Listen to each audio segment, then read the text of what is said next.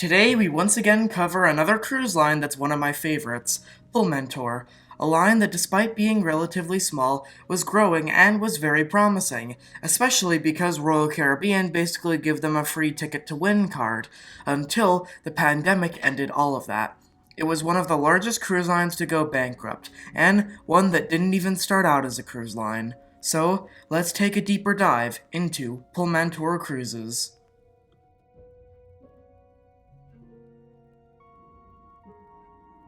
The line began in the mid-1990s when a travel company called Pullmantur chartered a ship called the Seawind Crown from the dying Premier Cruise Lines. They sailed the Seawind Crown for a short time, and the Rembrandt also in the Mediterranean. This did well for them until 1997, when they lost their confidence in Premier and cancelled the plan. When Premier went bankrupt, their ships were being sold at a huge discount. It was then that the company abandoned their era of just being another travel company. They would be a cruise line. So Pullmantur bought the iconic Oceanic and painted her with their name on the side and a beautiful blue funnel, sailing in 2001 around the Mediterranean. Later they also added the MS Pacific, which was formerly the Love Boat. Later then, a few newer ships would join the fleet, such as the R5. These ships were actually very modern, with balconies and all, and they still exist today, their design making them very timeless. They also acquired the Superstar Eras from Star Cruises and renamed her Holiday Dream in 2003. Eventually though, a few of their modern cruise ships were put on charter to some other cruise lines.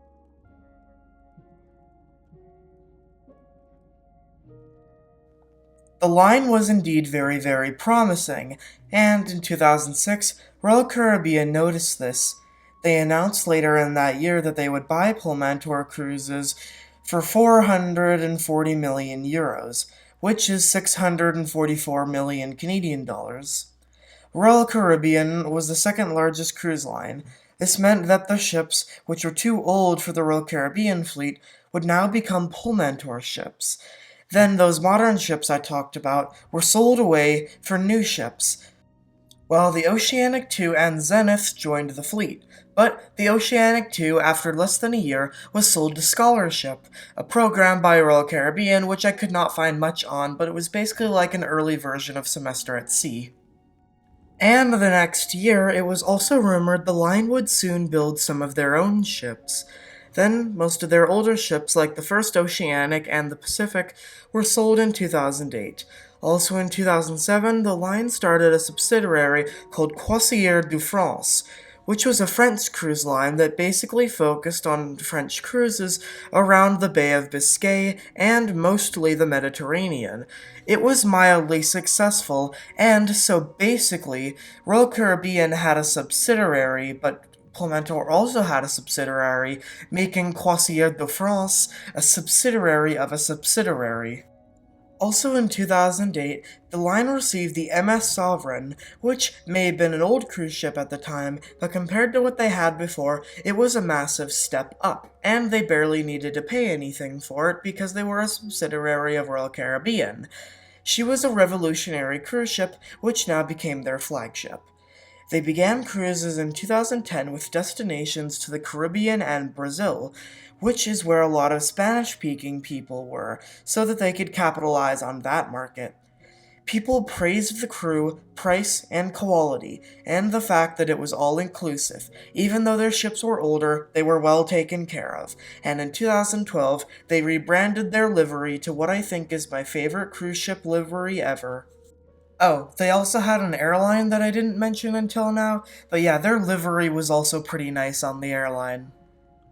And in 2013, they acquired their last ever ship, the Monarch, an elegant ship, one which their livery fit perfectly, with sparkling new interiors renovated by Pullmantur, and being the line's new flagship. She was their most popular ship, and their magnum opus. And with that, let's talk about their ships, but I'm gonna hand this over to Matthew. Take it away.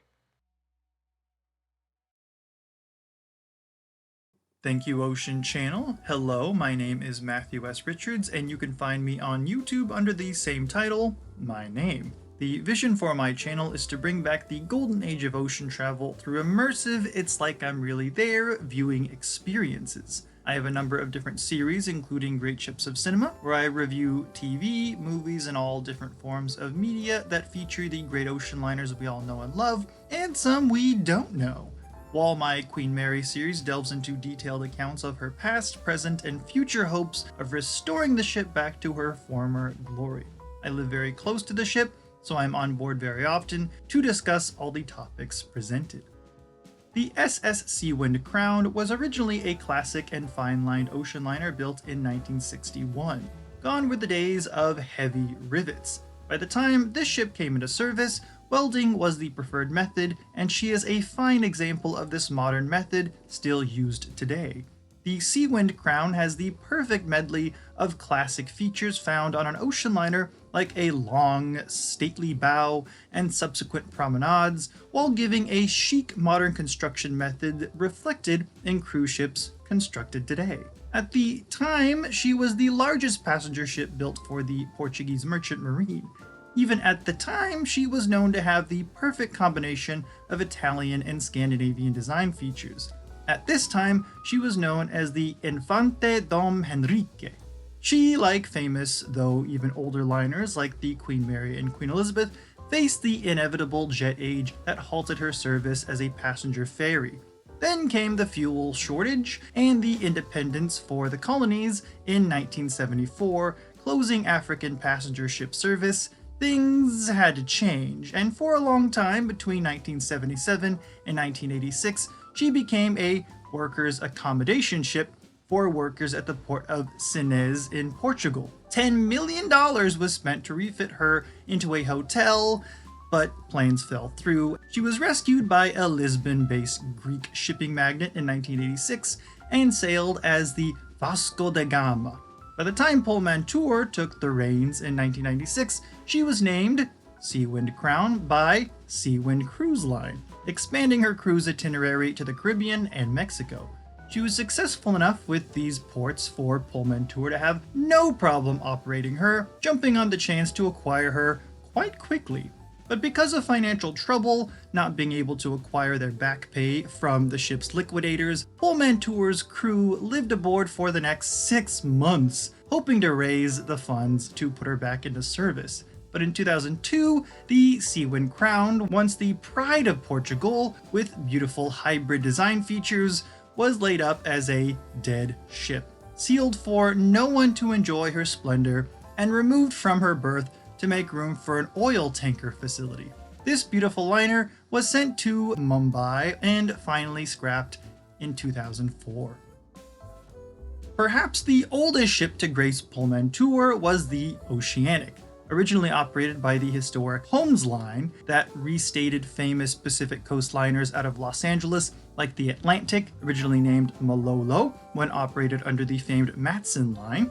The Oceanic was a beautiful ship, streamlined with vivacious curves indicative of the 1960s and wide open deck spaces we just don't see the same way on modern cruise ships today. And no matter how they changed up her paint scheme, the elegant Italian profile never lost its impressive charm. Renamed 4 times, she, along with her almost identical sister ship Oceanic II, lived very famous and illustrious lives. While a gorgeous post-mid-century ocean liner, she also helped pave the way for the cruise industry as we know it today.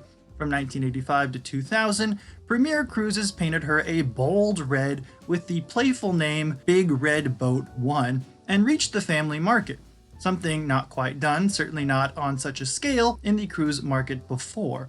When acquired by Pullmantur, operating her from 2000 to 2009, she sailed Barcelona and kept up her longevity due to removal of flammable materials after some major changes in the 2010 SOLAS regulations. She ended her days with Peace Boat, helping to teach students on board ways to solve the Northern European welfare and education system. She was finally scrapped in China in July of 2012. A well-lived and well-loved ship she was. Ah, the Pacific Princess. Many know her as the Love Boat. Check out my video where I collabed with the Ocean Channel about the history of the show that put the ship and Princess Cruises on the map, reviewing the pilot episode while I'm at it. She began her life with Flagship Cruises in 1971 as the Sea Venture, featuring the best of Swedish and Finnish design and architecture.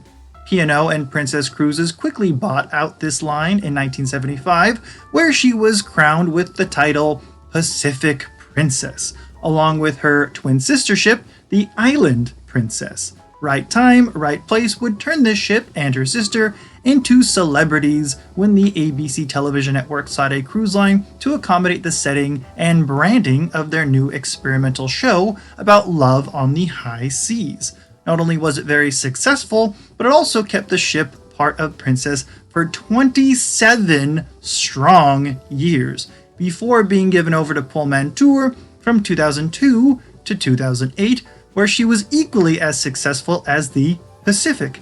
Despite the failed red tattoo-looking branding logo on either side of her hull, the Mediterranean setting served her very nicely.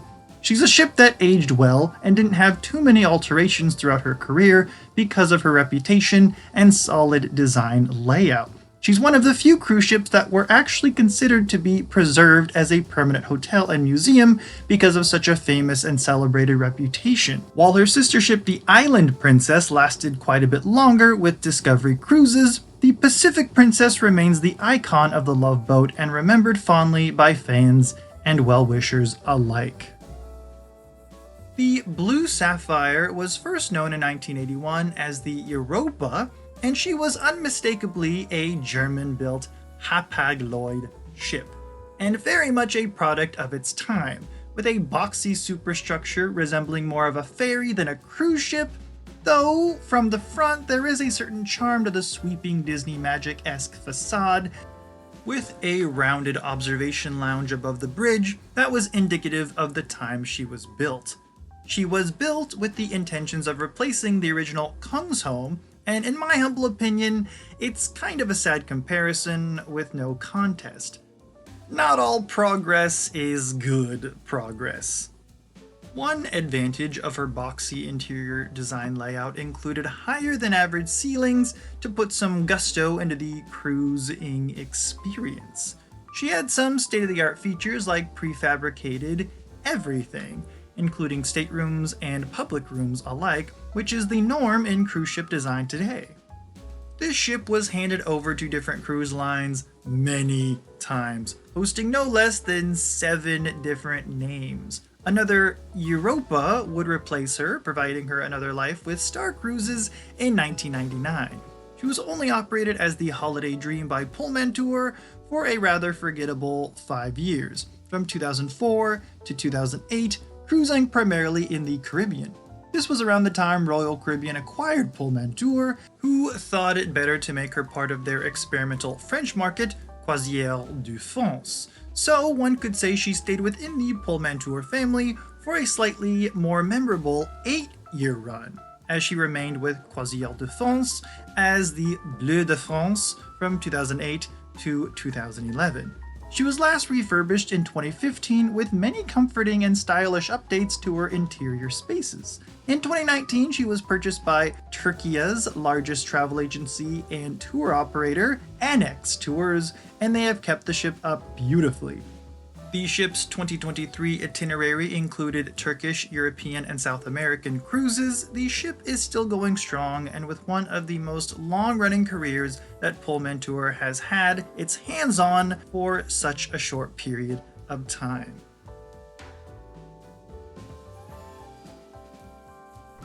One of my favorite ships to operate under Pullmantur has to be the Oceanic II, originally the famous and beautifully ship-shaped ocean liner, the Kungsholm.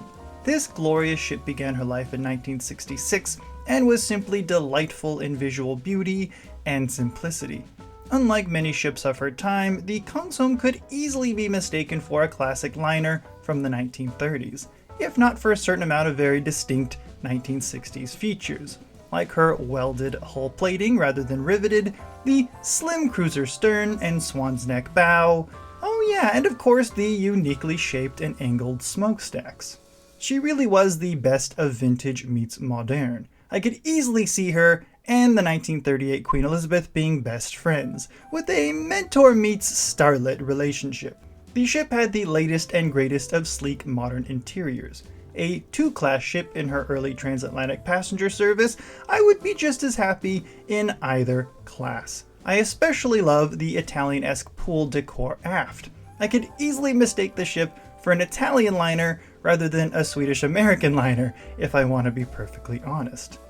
She, like all ships of her time, Queen Mary and Queen Elizabeth notably, couldn't compete, however, with faster, more efficient, and significantly less expensive jet travel. And in 1975, she, along with her sister ship Gripsholm, were put on the market.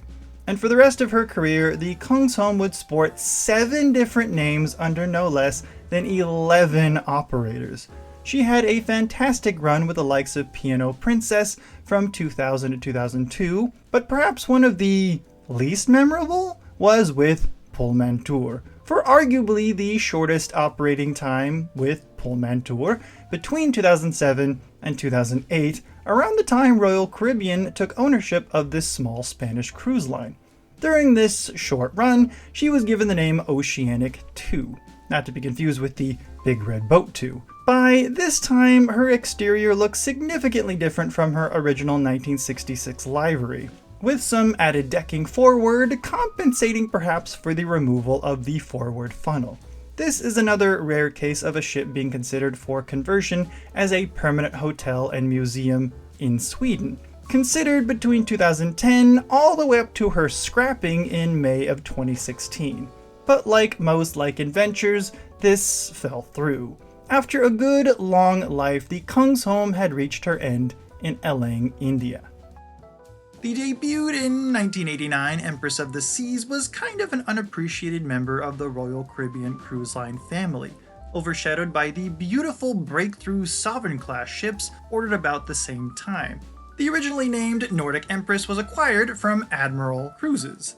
That's right, while distinctively a Royal Caribbean ship with her glistening emerald green windows circumferencing around her Lido deck, and a very 1980s version of the Viking Crown Lounge, she acted as kind of a half-sister to fellow members of her fleet when Admiral merged with Royal Caribbean, heavily modified from her original design. I'm actually surprised it took Royal Caribbean until 2004 to give her the of the seas suffix that matched the rest of the fleet. Although arguably not the most flattering of profiles, the Empress of the Seas proved a very popular ship with many unique and modern, for its time, design features. You could say that she sailed so that Sovereign class could really cruise. This overshadowing didn't stop her from being a very popular, mainstream, and trendy modern fan favorite among cruisers, however. It very well might be a reason why she's still with us today.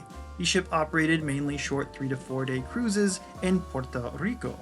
On an otherwise pleasant Bermuda cruise in 2001, a protruding, unfastened fuel line burst and caused a major engine room fire. One unfortunate caution we cannot argue over is that fire on a ship is bad news. But safety standards, thy name was Royal Empress because it was extinguished in no less than 10 minutes, remaining with Royal Caribbean until transferred to the recently acquired Pullmantur Cruises in 2008.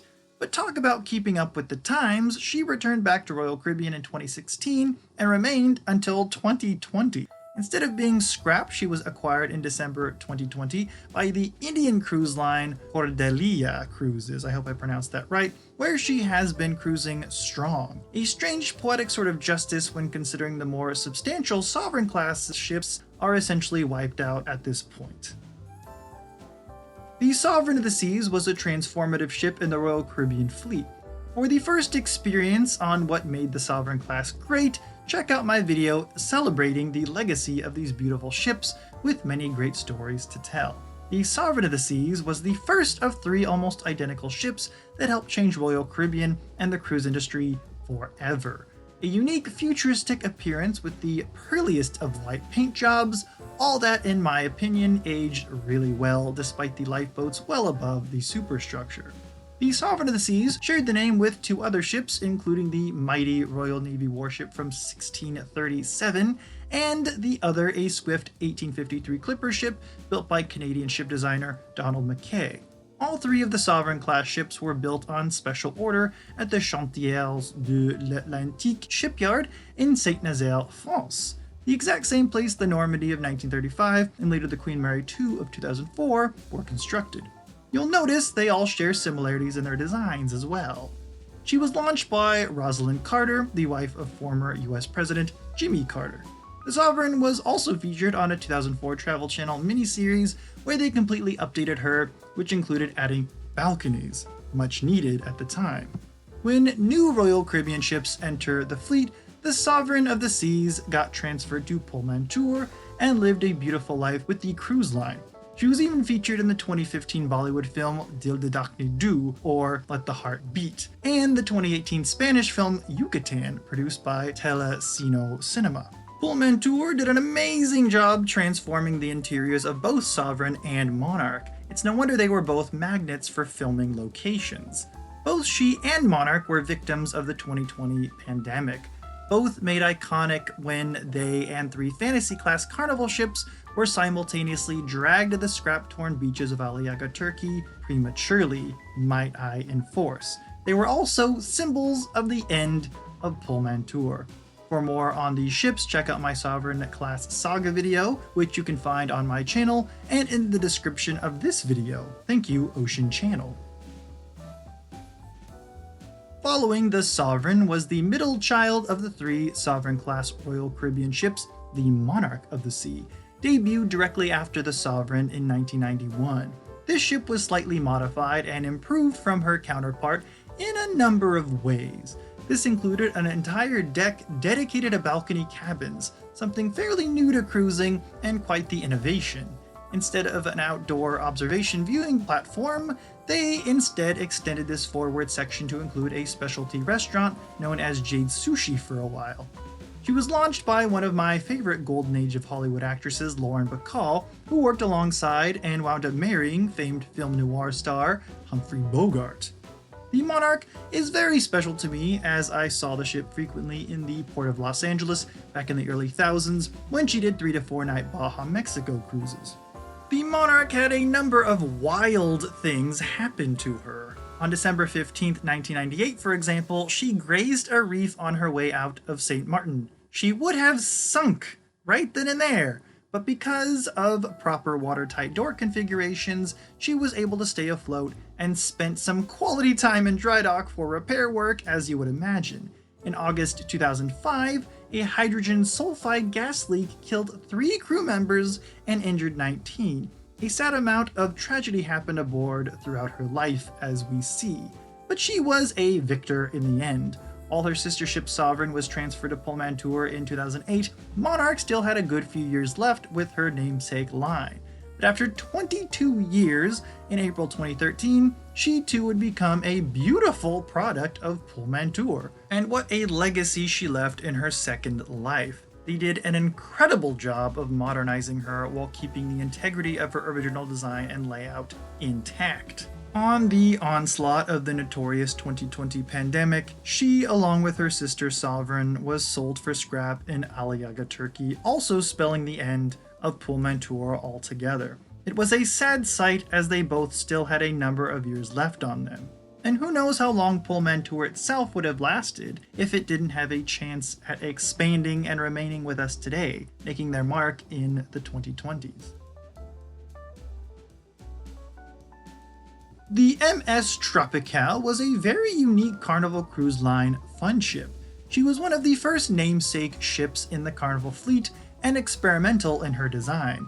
There was none other like her. In fact, she was the precursor to the Holiday class and later the, as far as I can see, perfected Fantasy class fleet.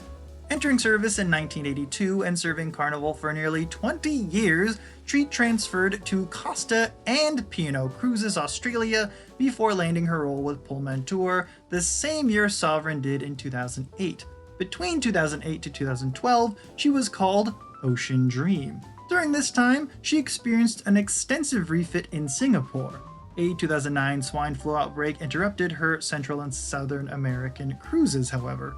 For such a fun and wacky looking ship, and despite some major, though temporal problems, like an engine fire in September 1999, for example, this ship had a full and rich life, perhaps partly due to her uniqueness. Like the famous QE2, she also had many refits when transferred to different respected cruise lines. Costa Cruises did a number on making her as Italian as they could. She was eventually scrapped, as most good ships are, after an impactful run with Peace Boat from 2012 to 2020. She lasted just a bit longer than her counterpart Fantasy-class ships scrapped in Aliaga, Turkey, though. The Ocean Dream X Tropical was scrapped in Alang, India in January of 2001.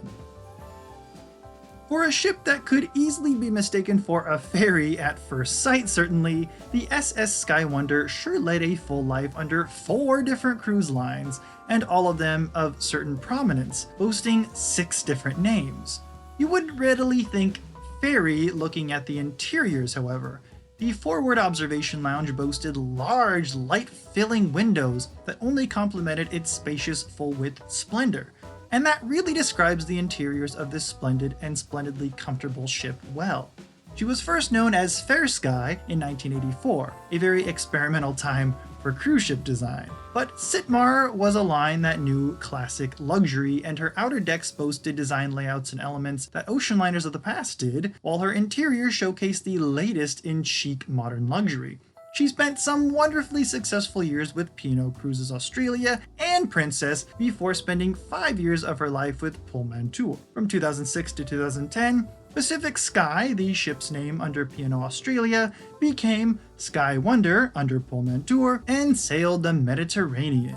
After getting her steam turbines replaced with diesel under Kima Ship Management in 2010, little use was made to the upgrade, laid up in Marseille for a number of years before being scrapped in Aliaga, Turkey, starting on April 14, 2013. Is this a dumb comparison, or does the 101th anniversary of the Titanic make the timing of her scrapping something interesting to think about?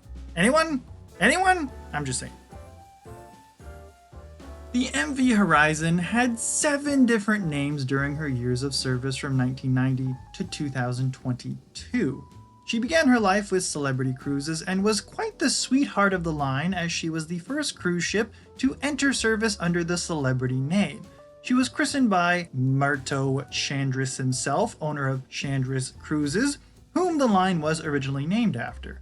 She and her near-identical sister ship, the Zenith, were huge feats for this growing upscale line, with actual household celebrities of the time representing it in commercials. The Horizon had the latest in cruise ship comforts and interior design trends.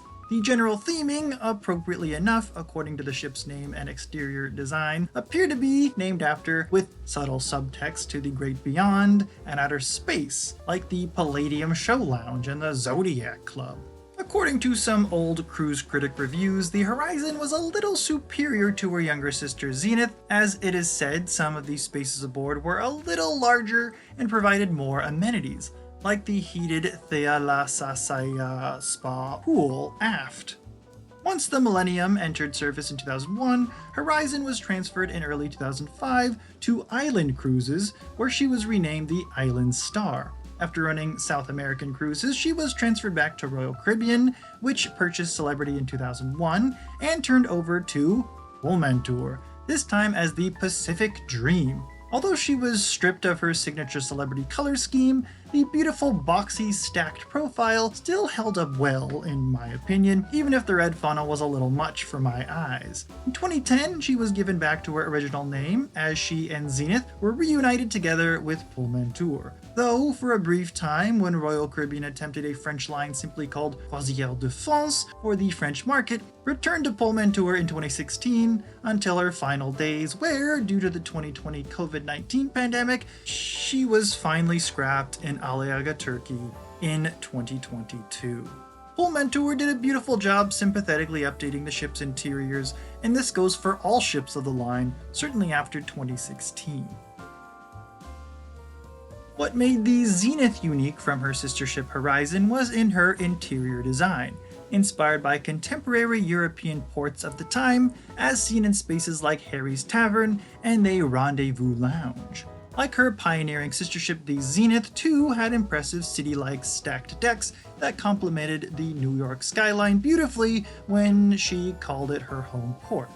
Like the Horizon, the Zenith lived a good long life from 1991 to 2022 under 4 different names and equally with 4 different cruise lines. The Zenith, however, didn't end with Pullmantur, but the Japanese NGO line Peace Boat, which means that she lived the last years of her life sailing for a good cause.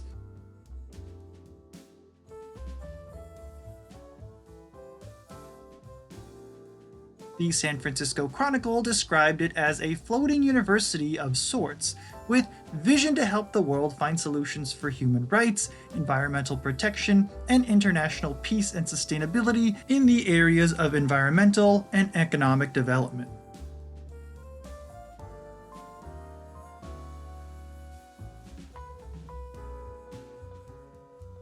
The Blue Dream, or R6, along with her 2 sisters, the R5, later Nautica, and R7, later Blue Moon, operated with Pullmantur for a very short time, though the Blue Dream ran the longest with them from 2003 to 2007. In truth, there were a total of 8 R-class cruise ships, but only 3 of them spent 1 to 5 years with Pullmantur. They are specialty-built luxury ships, constructed in the celebrated Chantiers de l'Atlantique shipyard in Saint-Nazaire, France. They are also famously traded back and forth between various cruise lines as if on constant loan. Reminiscent of Carnival Cruise Line's 8 Fantasy-class cruise ships built between 1990 to 1998, these simultaneously constructed ships were elegantly designed in such a timeless way that upgrades have hardly ever been needed, with elegant and classic Georgic Edwardian-era interior decor.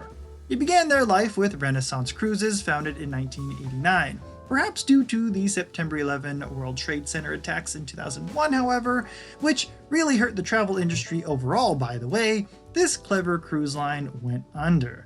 A testament to their genius is seen in these 8 cruise ships still going strong to this day. Presently known as the Azamara Journey, when chartered with Pullmantur as Blue Dream between 2003 to 2007, this ship sailed in Mediterranean waters while sporting the Pullmantur logo rather as an eyesore, if I dare say, on either side of her hull. This was a time when Pullmantur appeared desperate to market themselves because I feel like it really detracts from the subtle beauty of ships like this, as well as the Oceanic, if I may add her to the mix during this time. She has been with Azamara Cruises since 2007 and has proved a very popular and successful luxury cruise ship ever since, one that ages very beautifully with her classic design and style. Thanks, Matthew. Remember to check out his channel and also his Sovereign class video, which I will have linked in the description.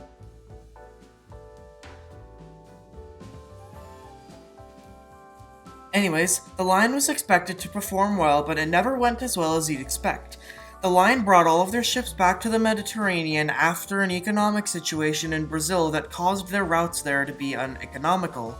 The Majesty of the Seas was also planned to go over to Pullmantur, but this never ended up happening. And the Empress was brought back to Royal Caribbean in 2017. Their subsidiary company Crusoe de France also ended, and both of their ships went back to the main fleet. The line was due for a restructuring. It was not seeing the success it hoped, despite good reviews. Pullmantur looked good from the outside, but inside it was barely staying afloat.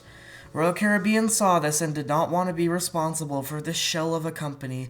They sold 50% of their shares to an investment firm who tried to get the company back and running, but Royal Caribbean still owned 49%. Then, in February 2020, COVID hit, and the entire cruise industry was being put on hold, including Pullmantur. The line began selling ships. The Zenith was the first to go. This was planned 4 years in advance. However, it was announced in 2019 she would be sold to Peace Boat. So, after half of her crew got COVID, she exited the fleet early. Pullmantur put all of their ships into layup until at least June, and plans to add the Grandeur of the Seas to the fleet were cancelled. In June, they had announced that they had filed for reorganization, and a month after that, Pullmantur filed for Chapter 11 bankruptcy. However, the crew remained hopeful, posting videos like the crew dancing to I Will Survive on the Monarch. Quite ironic, as that month the company announced that the Monarch and Sovereign would be sold for scrap, the Monarch not even being 30 years old yet. The Monarch was beached first at Aliaga, Turkey on July 17, 2020, bringing an end to the once mighty ship. The Sovereign was scrapped quickly, but the Monarch survived for quite some time, spending her 30th birthday with half of her hull gone. She disappeared in mid-2022. This was not the end, though. The line was planning for a comeback and posted on Facebook suggestions for when they come back, also announcing a 10% increase in prices for their cruises to return in more safety. Royal Caribbean then provided funding in 2021 for Pullmantur to come back, saying the Celebrity Millennium would be transferred over. By mid-2021, most cruise lines were back, except for Pullmantur. They could not get the money for it, and its last ship still sitting in Greece, until mid-2021, when it was announced that they had given up despite the build-up of hype for a return. Then, the line pulled the plug and liquidated everything in July. The Horizon was scrapped, and with that, it was all over. But by late 2021, rumors about the Celebrity Millennium still joining were circled around, but they never went anywhere. In 2022, the line's name was sold for 100,000 euros. And that basically brings an end to Pullmantur's story. Some Pullmantur ships are still sailing today, but most are now gone. The line was known for its quality and service despite being very small, being a huge success in the early days, but eventually the company had a financial crisis at the worst time, and now they're just fond memories for many people and nothing more. Who knows what they would have been if they would have been able to survive. Maybe they would have been able to rival Royal Caribbean and Carnival. Only time would tell, but sadly we can't see what would happen because now they're gone. They rose from nothing and crashed spectacularly, having one of the best cruise line liveries ever and some of the most beautiful ships in my opinion. This is definitely one of my favorite cruise lines and a very interesting one, birthing some amazing ships and, of course, amazing experiences for many people. It's sure a shame that they went bankrupt, but history shows that unfortunately Spanish-speaking cruise lines don't really ever go well.